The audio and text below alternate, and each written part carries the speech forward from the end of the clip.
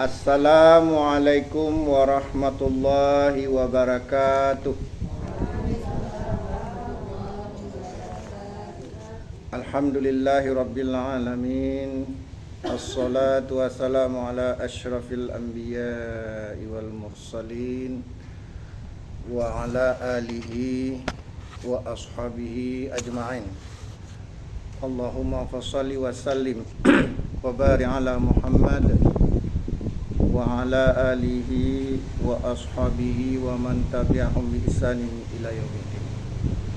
Ibu-ibu yang dimuliakan oleh Allah, kita lanjutkan pengajian kita. Alhamdulillah pada siang ini telah sampai pada surah Al-Baqarah ayat 200. Mari kita simak bersama-sama. A'udzu billahi minasy syaithanir Bismillahirrahmanirrahim. Fa'idza qadaytum manasikakum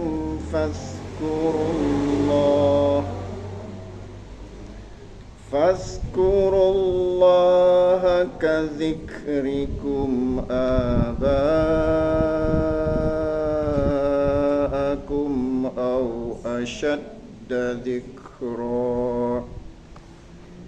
Faminan nasi man yaqulu rabbana atina fid dunya wa ma lahu fil akhirati min khalaq. Wa minhum man yaqulu rabbana atina fid dunya hasanah wa fil akhirati hasanah wa qina adzaban nar. Ya. Allah berfirman, fa idza qadaitum manasikakum, dan apabila kalian telah selesai melaksanakan manasik haji, ya.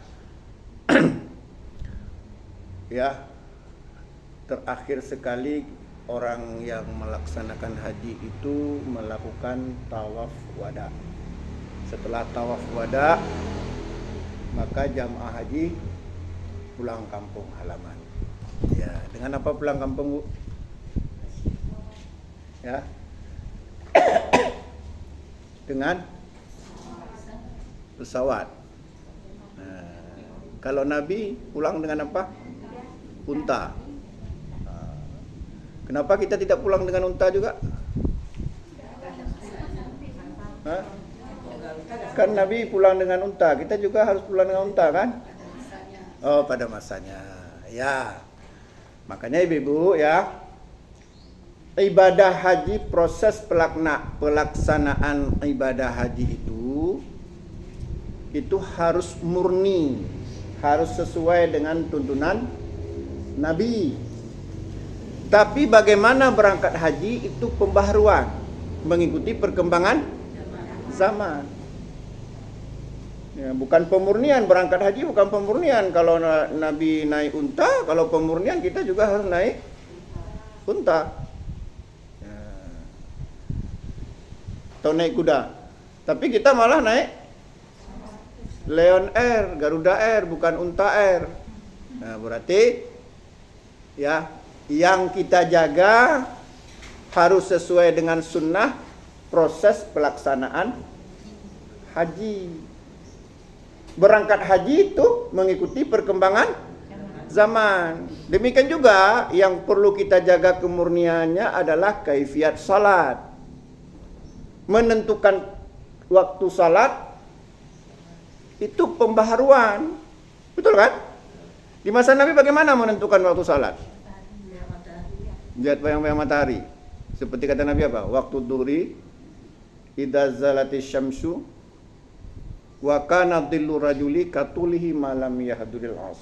Kata Nabi waktu duhur itu idza zalatis syamsu, ketika matahari tergelincir.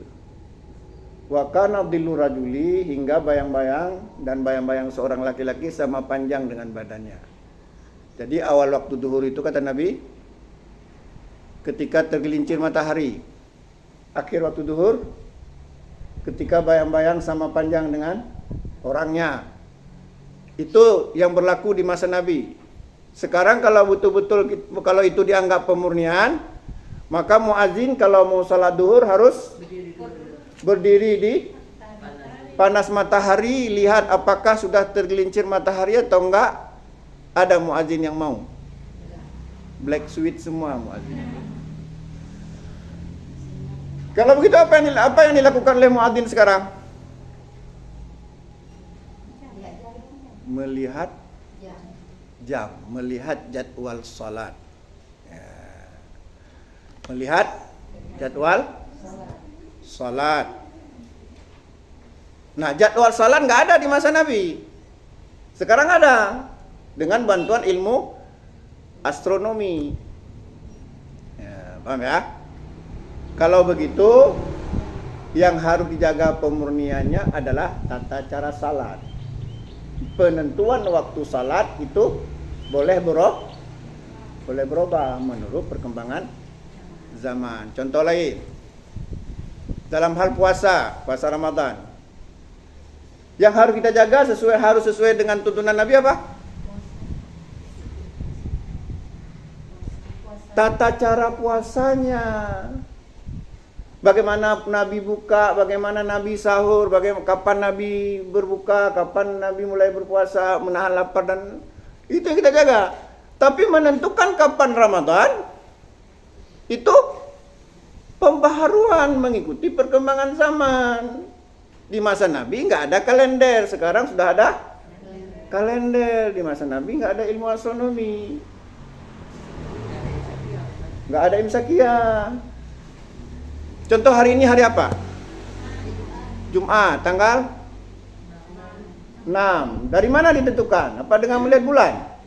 Tapi apa juga pakai kalender. Nah, kalau ini nggak ada beda-beda, nggak ada tengkar-tengkar kok hari ini sepakat sama Jumat, kenapa kok Ramadan tiba-tiba kita bertengkar? Nah, inilah ya. Jadi kembali ke tafsir kita, ya,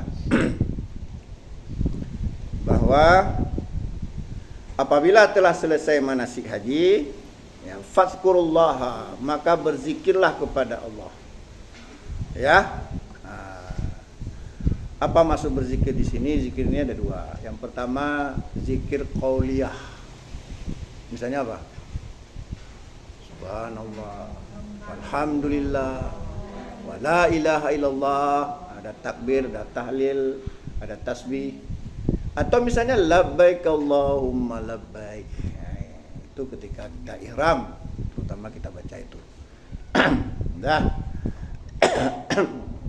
Kita berzikir. Tapi makna zikir yang kedua adalah kita selalu mengingat Allah. Setelah selesai melaksanakan haji selalu ingat Allah. Ketika berbuat dosa ingat Allah, enggak jadi buat dosa. Ketika beribadah ingat Allah, makin semangat beribadah. Apanya yang kita ingat dari Allah? Ya, apanya yang kita ingat dari Allah? Ini kok kedap-kedip ini. Ya. Apa yang kita ingat dari? Maksudnya kita mengingat Allah, apanya yang kita ingat dari Allah? Kita disuruh mengingat Allah. Apanya yang kita ingat dari Allah? Apa membayangkan wajah Allah? Enggak tahu kita wajah Allah. Laisa kamitslihi syai'un, tidak ada satu pun serupa dengan Allah. Apanya kita ingat? Yang kita ingat adalah Asmaul Husna. Dengan Asmaul Husna lah kita mengenal Allah. Ada berapa? 99. Makanya kita harus hafal Asmaul Husna. Mengingat Allah dan kita mengingat Allah bahwasanya Allah Maha Pengasih, lagi Maha Penyayang. Ya kan? Nah, Allah Maha Pengasih, Maha Al-Latif, Maha Lembut. Apalagi? Ar-Razzaq, Maha Pemberi rezeki. Maka kita hafal Harus hafal Asmaul Husna. Dengan Asmaul Husna lah kita mengenal Allah. Ibu-ibu hafal? Asmaul Husna kan kita gini, ada bacaannya kita baca untuk itu kita juga mau ada artinya kayak yang mujibu artinya kan untuk minta ngabulin doa itu boleh gitu apalagi kerja yang lain ada. Gini kata Allah, walillahi asmaul husna fad'u biha. Allah mempunyai nama-nama yang baik dan berdoalah dengan memakai nama Allah yang baik itu. Memang kalau kita baca seluruhnya bagus, tapi paling tidak kita sesuai dengan keinginan kita. Kalau kita ingin diberi rezeki, ya Razak. Jadi kita berdoa ya Razak, ya Karim. Nah, jadi kita memakai Asmaul Husna sesuai dengan keinginan kita. Ya, sesuai dengan keinginan kita. Ya. Jadi, kemudian Allah melanjutkan, fazkurullaha, ingatlah Allah, ingat Allah, berzikir kepada Allah itu ada dua. Yang pertama qauliyah, yang kedua dengan qauliyah itu apa? Ucapan. Yang kedua dengan qalbiyah, hati. Kita mengingat Allah dengan hati kita. Bukan qauliyah saja, tapi qalbiyah. Walladzina amanu wa tatma'innu qulubuhum bidzikrillah, ala bidzikrillah tatma'innu qulub. Orang-orang yang beriman, orang-orang yang menenangkan hatinya dengan mengingat Allah. Ala kata Allah, bidzikrillah tatma'innu qulub. Dengan mengingat Allah hatimu akan tenang. Jadi enggak mesti harus kita ucapkan subhanallah, subhanallah, tapi mengingatnya dengan kita hadirkan Allah dalam segala kehidupan, aspek kehidupan kita. Ya. Kita hadirkan apa tadi? Asmaul Husna. Bukan kita aja Allah ada di samping kita, enggak ada Allah duduk di samping kita. Tapi sifat-sifatnya, kekuasaannya, Asmaul Husna. Jadi fazkurullaha, berzikirlah kepada Allah, ingatlah kepada Allah. Tadi apa? Ingat ada dua ya. Dengan ucapan atau dengan hati kita. Bahkan bisa jadi kita mengingat Allah dengan perbuatan kita. Bagaimana mengingat Allah dengan fi'liyah kita, dengan perbuatan? Bagaimana kita mengingat Allah dengan berzikir kepada Allah dengan perbuatan? Kalau berzikir dengan Allah dengan qauliyah tadi apa? Mengucapkan ya. Kalimat thayyibah. Misalnya apa? Subhanallah, alhamdulillah. Ya kan? Kalau mengingat Allah dengan hati, kita hadirkan Allah dekat. Ingat Allah, Asmaul Husna. Allah Maha Pengasih. Kalau menghadirkan Allah dengan perbuatan, gimana? Ya, artinya kita hadirkan Allah dengan perbuatan. Apapun yang kita lakukan harus kita mencari redha Allah. Ini kalau saya ambil ini redha enggak Allah nih? Mana pula redha mencuri? Ini kalau saya tempeleng anak orang redha enggak Allah nih? Atau saya tenak orang kira-kira. Itu menghadirkan Allah, berzikir kepada Allah dengan perbuatan. Jadi berzikir itu bukan hanya dengan ucapan. Paham ya? Kadang-kadang ada orang ucapannya betul memang la ilaha illallah, tapi perbuatannya menyekutukan Allah. Jadi enggak sesuai.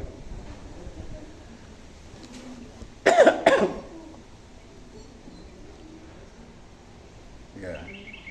Fazkurullaha, berzikirlah kepada Allah, kadzikrikum aba'akum, sebagaimana kalian menyebut nenek moyang kalian. Orang-orang Arab dulu ya, itu suka sekali membangga-banggakan nenek moyang.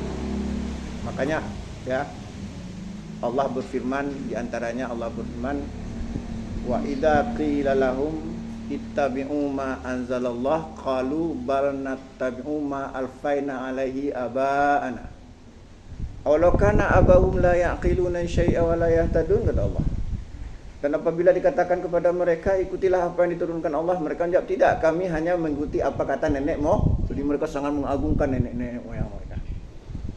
Kemudian Allah mengatakan, apakah mereka akan mengikuti nenek moyang mereka, pada nenek moyang mereka tidak mengetahui apapun dan tidak mendapat petunjuk. Orang-orang Arab suka kali membangga-banggakan nenek moyangnya. Sama kayak kita juga. Suka kali membangga-banggakan nenek moyang. Nenek moyangku. Nenek moyang. Siapa nenek moyang kita? Kan animisme, dinamisme dulu, Hindu, Buddha dan sebagainya. Ya, orang-orang Mesir membanggakan Faraon, Fir'aun dan ya. Ya.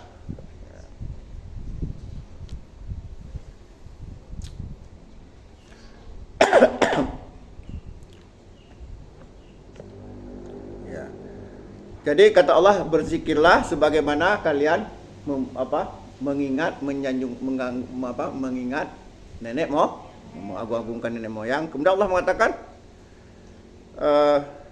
tadi udah hilang. Asyaddu dzikr, dan harus lebih dahsyat dari itu.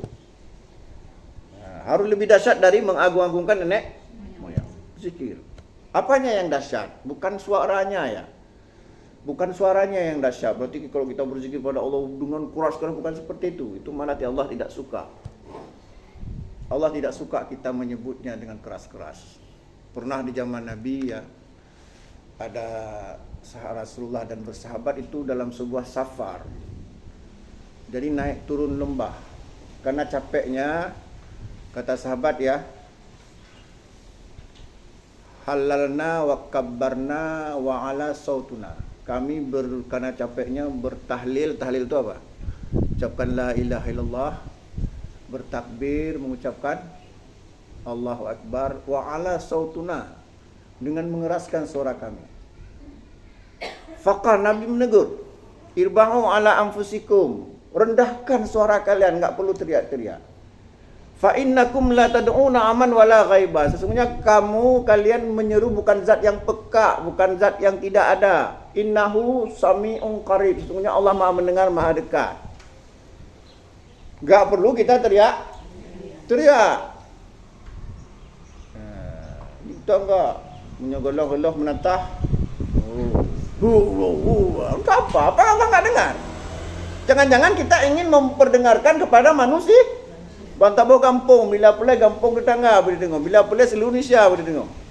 Untuk didengar oleh Allah. Kalau untuk didengar oleh Allah cukup pelan-pelan saja.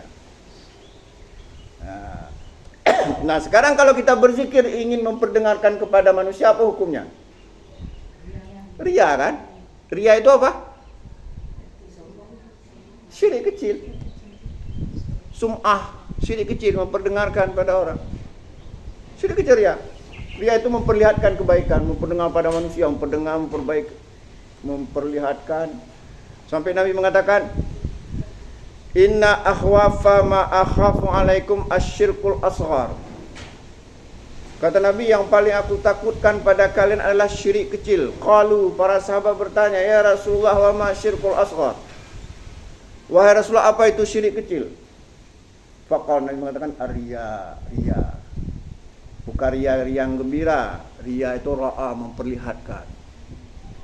Nah, kalau mau bantu anak yatim, undang wartawan, ambil video, perlihatkan nih, kita ini paling dermawan, perlihatkan. Bantuannya sedikit, biaya iklannya lebih besar. Ya, kasih bantuan 1 juta, tapi ngundang wartawan 2 juta. Untuk apa? Ya, hati kadang-kadang. Jauhi yang seperti itu ya. Saya minum dulu ya. Dah kok sikit nih.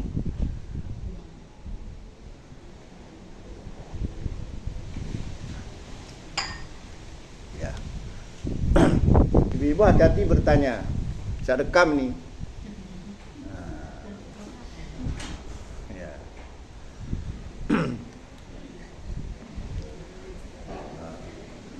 Faminan nas, dan di antara manusia, di antara kita, di antara manusia, nggak usah lah di antara kita, di antara manusia, mayaqulu, ada yang mengatakan, ada punya prinsip, Mayyakulu. Kalau ini para ahli tafsir mengatakan mayyakulu di sini adalah itu prinsip, bukan doa. Kalau doa yang satu lagi. Kan jarang orang berdoa, ya Allah berikanlah hambamu kebahagiaan di dunia. Kan jarang orang berdoa seperti itu. Ini adalah prinsip. Maksudnya orang-orang yang hanya menginginkan kehidupan dunia. Wa minan nasi may yaqulu rabbana atina fid dunya hasanah. Fid dunya. Ya Tuhanku, berilah kami di dunia kebahagiaan di dunia. Walaupun ada kata-kata Rabbana, ini artinya mereka minta pada Allah ya agar mendapatkan kebahagiaan di dunia. Tapi maksudnya di sini adalah para ahli tafsir mengatakan mereka itu pokoknya mengejar kenikmatan dunia, nggak mau peduli dengan akhirat. Maka dalam ayat ini dikatakan orang seperti itu wa ma lahu fil akhirat wa ma lahu min akhirati min khalaq, maka enggak akan dapat kebahagiaan, enggak akan dapat bagiannya di akhirat. Artinya dia hanya mendapatkan kesenangan dunia tapi tidak mendapatkan kesenangan akhirat. Lantas apa yang didapati di akhirat? Azab Allah. Jadi hanya mengejar dunia. Ya, padahal kata Allah apa? Wamal hayatud dunya illa mata'ul ghurur. Bukanlah kesenangan dunia ini kecuali kesenangan yang menipu. Contoh misalnya, kita cari kesenangan dunia tanpa peduli dengan akhirat. Ya, apa misalnya? Berzina misalnya kita berzina, cari kesenangan sepuas-puasnya. Ujung-ujungnya apa akhirnya? Kita dikejar-kejar rasa berdosa, enggak tenang. Orang berzina, orang berbuat maksiat itu enggak senang. Ada aja seperti dia batinnya itu menolak. Kenapa? Karena setiap kita ini sebenarnya ada fitrah untuk kebenaran. Makanya Rasulullah bersabda, kullu mauludin yuladuna 'alal fitrah. Setiap anak dilahirkan dalam keadaan suci. Kita dulu anak enggak? Kita dulu bayi enggak?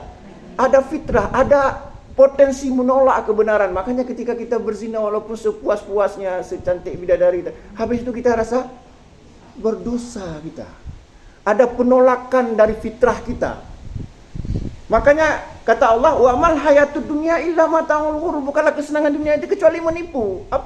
Kenapa menipu? Kita pikir kesenangan, betul-betul kesenangan, ternyata ujungnya kegelisahan. Ya. Jangan. Sudah pernah saya jelaskan. Yang kita cari bukan kesenangan dunia, tapi ketenangan. Yang kita cari bukan kesenangan, tapi ketenangan. Apa beda kesenangan dengan ketenangan, Bu? Ya. Kalau kesenangan itu bisa jadi dari Allah, bisa jadi dari setan. Tapi kalau ketenangan itu pasti dari Allah.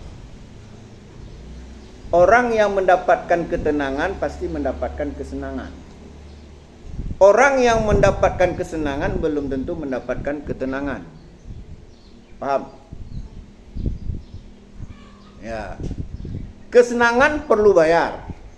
Ketenangan gratis. Betul nggak? Ibu-ibu senang apa sekarang? Senang makan apa? Miso, ada uang, ada miso, ada barang. Senang naik mobil, ada uang, ada mobil. Tapi ketenangan nggak perlu bayar. Karena ketenangan itu dari Allah. Huwallazi anzalas sakinah fi qulubil mu'minin. Allah lah yang menanamkan ketenangan ke dalam hati orang-orang mukmin. Tapi kalau kita mendapatkan ketenangan, pasti mendapatkan kesenangan. Contoh nih, ketika hati kita tenang, dekat dengan Allah, makan ayam, Bu. Enak nggak? Kenapa enak? Pertama memang ayam enak, Allah ayam enak. Lagi kemudian yang kedua apa? Hati tenang, enak. Masya Allah enak. Alhamdulillah. Tapi coba kalau hati susah. Hati susah. Sedang makan-makan ayam, tulang-tulang 3 gigi copot, metik kita jadinya. Enak? Oh, buat mobil, kalau hati kita tenang, oh Masya Allah ya. Naik mobil dengan sekeluarga pergi ke masjid, tenang kali buat chill. Tapi coba sedang bawa, walaupun mobil mewah, sedang gelisah, dikejar-kejar hutang misalnya. Tahu-tahu udah di atas pokok jambu orang. Ya. Jadi itulah. Jadi orang-orang yang berharap kepada Tuhan, kepada Allah, hanya mencari kesenangan dunia, hanya mencari bagiannya di dunia, itu hanya mendapat kesenangan, tidak mendapatkan ketenangan. Nah, sekarang kita lanjutkan. Wa minhum, dan di antara mereka may yaqulu, ada yang itu baru ada yang para sebagai ahli tafsir mengatakan ini baru doa. Dan di antara mereka ada yang berdoa, may yaqulu ini dimaksudkan dengan berdoa, Rabbana, wahai Tuhanku, atina fid dunya hasanah, berikanlah kepada kami kebaikan di dunia, wa fil akhirati hasanah, dan kebaikan hasanah di akhirat, wa qina adzabannar, dan selamatkanlah api dari api neraka. Nah, ini yang benar. Ini doa kita sebagai orang yang beriman.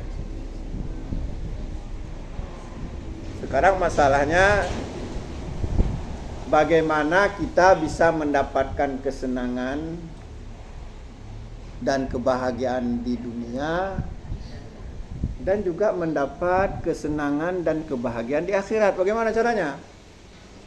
Prinsip kita apa? Prinsip kita adalah, kalau doa kita seperti ini, prinsip kita adalah di dunia kaya raya, mati masuk surga. Coba ulang balik. Mau? Alhamdulillah. Di dunia kaya raya, mati masuk surga. Itu baru orang mendapatkan kesenangan di dunia, kebahagiaan. Ini betul-betul Allah kabulkan. Contohnya siapa? Di dunia kaya raya, mati masuk surga. Kan itu. Kalau nggak bisa seperti itu, minimal apa? Di dunia sengsara, mati masuk surga. Minimal seperti itu. Coba ulang balik. Di dunia sengsara, mati masuk surga. Mau? Tapi yang lebih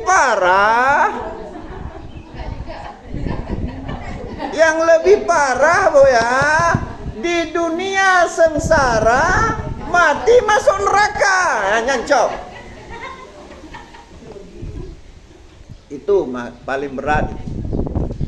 Di dunia makan nggak jelas, salat nggak mau, puasa nggak mau, di dunia sengsara, mati masuk. Ini ngeri orang seperti ini. Kalaupun kita menderita di dunia, masih lumayan ada harapan di akhirat.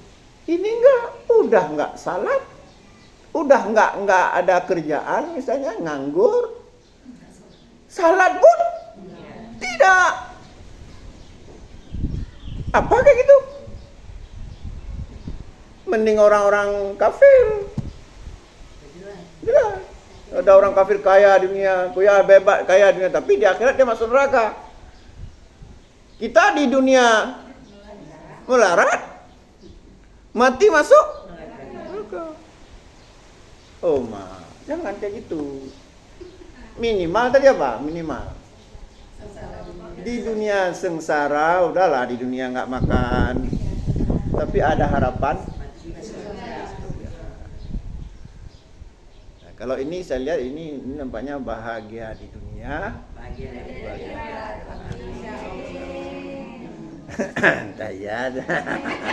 Iya aja lah. Iya, insya Allah ya.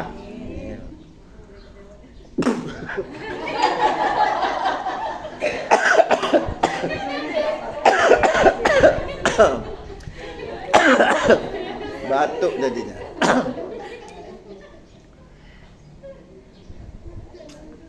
Ya. Nah, jadi gitu ya.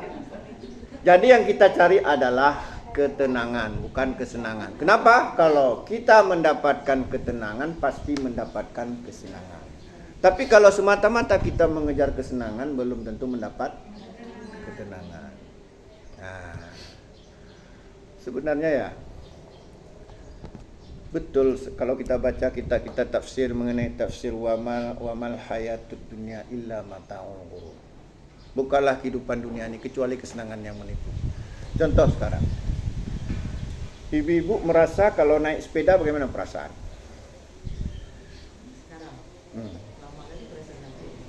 Susah ya. Zaman dulu sepeda itu kendaraan elit, Bu.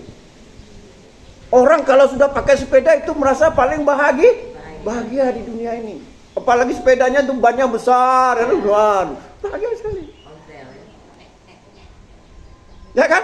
Ternyata sepeda itu kendaraan paling membuat orang bahagia dulu. Tapi kenapa sekarang membuat orang sengsara? Ya, karena kita suka melihat ke atas. Padahal Nabi mengatakan unduru man huwa asfala minkum wala tanduru man huwa fawqakum. Lihatlah orang yang di bawah. Ketika ibu-ibu naik sepeda, ingat dulu sepeda ini adalah kendaraan favorit. Coba lihat, coba anggap seperti itu. Jangan lihat ke atas. Sepeda, orang udah pakai Mio, Vario. Ketika saya mau naik mobil ini, kalau saya melihat ke atas, alah, mobil 96, orang udah naik Pajero, saya masih Escudo. Lihat ke atas. Tapi coba lihat ke bawah. Escudo ini dulu mobil itu kendaraan mewah. Orang dulu pakai sepeda. Bahkan zaman dulu itu orang paling hebat sekali naik. Apa itu dulu? Kalau film-film cowboy ada pernah pakai delman itu apa itu? Sado yang ada rumahnya itu. Apa namanya tuh? Itu paling mewah. Padahal kita duduk di dalamnya itu udah mewah kali itu. Itu orang-orang tertentu. Apa namanya ada tuh kalau bilang kobar. Apa namanya tuh? Ya ada rumahnya. Itu kendaraan favorit pada masa itu. Ada pintunya buka, bawa kendaraan kena batu dudung. Tapi itu kendaraan paling hebat. Bahagia sekali orang apabila punya itu. Sekarang kita paksa orang naik seperti itu nggak mau. Orang hamil bawa itu lahir sendiri.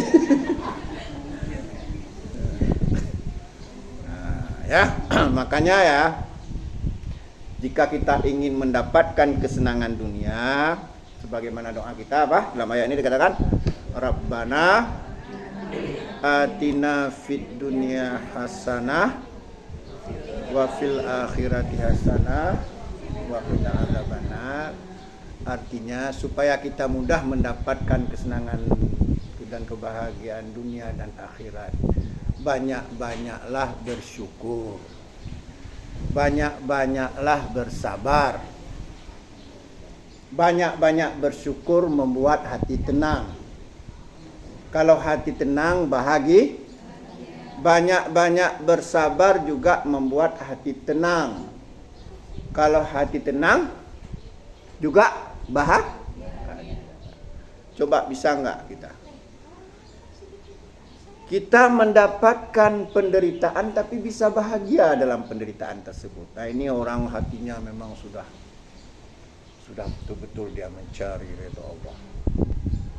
Itu sikap seorang muslim agar mendapat kebahagiaan dunia dan di akhir. Bagaimana tadi? Mendapat kesenangan bersyukur, mendapat penderitaan bersabar. Nah, inilah kemudian Nabi mengatakan ajaban lil amril mu'mini. Menakjubkan sekali urusan orang mukmin itu. Inna amrahu kulluhu khairun. Sesungguhnya seluruh urusannya di dunia ini semuanya baik. Walaisa dzaka li ahadin ilal mu'mini. Tidak seorang pun mendapatkan hal itu kecuali seorang mukmin. Ada apa rupanya? Ternyata Nabi mengatakan in asabathu sarra fasyakara fakana khairallah. Jika orang mukmin itu mendapat kesenangan, dia bersyukur, maka hal itu sangat baik bagi dirinya. Sebaliknya wa in asabathu dharra, jika seorang mukmin atau mukminah itu mendapat penderitaan, fasabara, dia bersabar. Fakana khairallah, maka hal itu juga sangat baik bagi dirinya. Nah, itu kalau sikap kita jika kita ingin mendapatkan kebahagiaan dunia dan di akhirat. Seberapapun nikmat kita syukuri. Air putih, alhamdulillah, air putih. Kita lihat ke bawah. Unduru man huwa asfala minkum. Kita lihat ke bawah apa? Orang enggak ada minum kayak ibu-ibu ini. Kan bahagia saya daripada ibu-ibu. Saya ada air nih. Betul enggak? Ibu-ibu ada air enggak? Enggak ada. Saya ada air. Kalau saya lihat ibu-ibu enggak ada air, saya minum air ini merasa sangat bahagia. Di atas penderitaan ibu-ibu gitu. Jangan kita lihat ke atasnya. Oh, air putih. Orang lain kopi. Ada juga kopi rupanya ini. Ada kopi. Nah, dapat kopi ini. Nah, ya. Nah, kopi. Bismillahirrahmanirrahim. Iya. Jangan dibalik, Bu ya. Dibalik maksudnya apa? Mendapat kesenangan tidak bersyukur, lupa daratan. Mendapat susah berkeluh kesah. Ini orang gak akan dapat kebahagiaan dunia dan akhirat. Giliran senang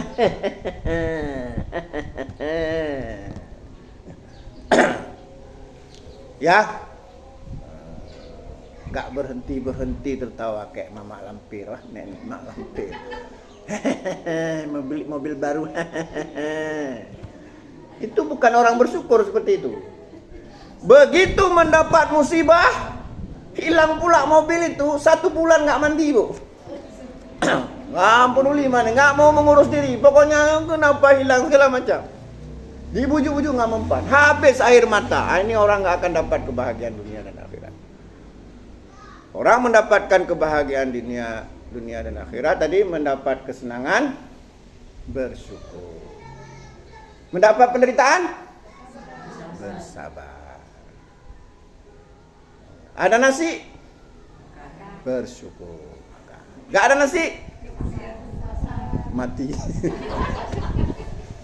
Ya, ada pertanyaan, Bu? Silakan. Ustaz, Ya. ada misalnya dibilang orang sabar ada batas. Apa betul Ustaz, sabar ada batasnya? Sabar ada batas nggak? Tarik kuping, sabar. Cucuk hidung, sabar. Tarik jenggot, sabar. Ya mati kalau sabar seperti ini. Itu bukan sabar namanya. Itu namanya tertindas. Sabar itu bukan seperti itu. Sabar adalah seseorang menahan diri dari rasa marah, hawa nafsu, tidak tergesa-gesa dan bijaksana dalam melakukan sesuatu. Itu sabar. Apa sabar tadi? Menahan diri dari marah dan hawa nafsu, tidak tergesa-gesa dan bijaksana dalam melakukan sesuatu. Contoh orang gak sabar gini. Ketika ditempeleng oleh suami, ceraikan aku sekarang juga. Gak sabar. Oke, kata suami. Dah bercerai, besoknya nangis-nangis. Kenapa? Menyesal. Kenapa tadi minta cerai?